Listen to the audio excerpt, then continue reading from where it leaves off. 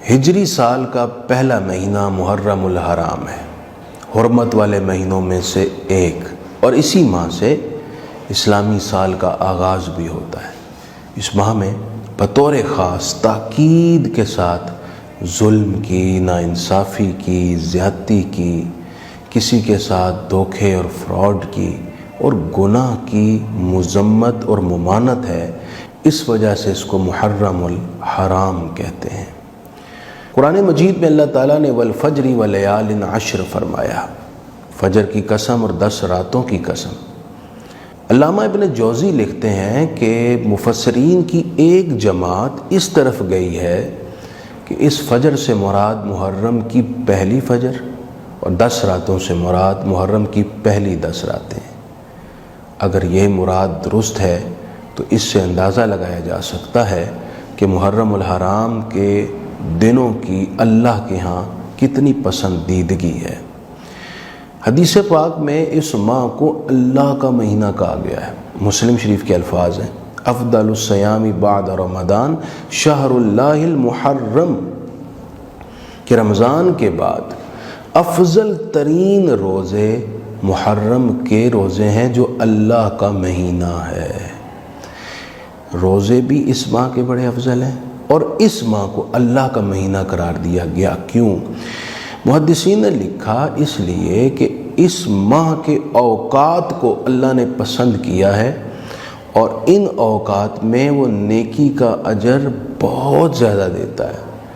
جو اس ماہ میں روزہ رکھ لے اس کے لیے اجر کی اور ثواب کی بارش ہوتی ہے، اس وجہ سے اس کو شہر اللہ المحرم، اللہ کا مہینہ قرار دیا گیا ہے۔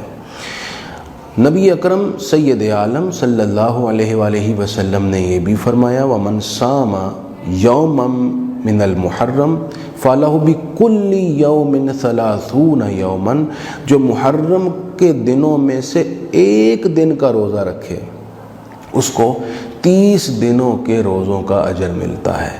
جو زیادہ روزے رکھے گا اس کو ظاہری بات ہے ہر روزے کے بدلے 30 دنوں کے روزوں کا اجر دیا جائے گا۔ کوشش کریں، اللہ کو یاد کریں، اس ماہ میں یہ روزہ ضرور رکھیں۔ صحابہ کرام محرم کی آمد پر ایک دوسرے کو دعا سکھاتے اور دعا پڑھنے پر ابھارتے تھے، اور اسی طرح ہر مہینے کی آمد پر بھی یہ دعا پڑھی جاتی تھی۔ کاش کہ ہمیں یہ دعا یاد ہو، ہم بھی اسے معمول بنائیں تاکہ ہمارے اوقات میں اور پورے سال میں اس دعا کی برکت پھیل جائے۔ وہ دعا بڑی معروف ہے، آپ ضرور کوشش کیجئے گا کہ یہ دعا پڑھ سکیں جیسے ہی سال کی آمد کی خبر سنیں۔ اللہم ادخلہ علینا بالامن والایمان والسلامت والاسلام ورضوان من الرحمن وجوار من الشیطان۔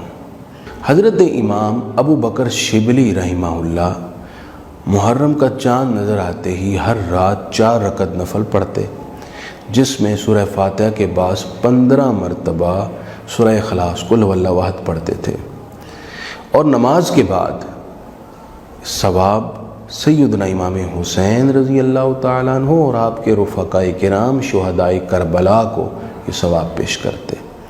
فرماتے ہیں ایک دن میں نفل پڑھ کر سویا تو خواب میں امام حسین تشریف لائے اور فرمایا ابو بکر شبلی، تم آج ہمیں نہیں بھولے، قیامت کے دن ہم تمہیں نہیں بھولیں گے، میں اور میرے بھائی حسن ہم تمہیں جنت میں لے کر جائیں گے، تمہاری شفاعت کریں گے۔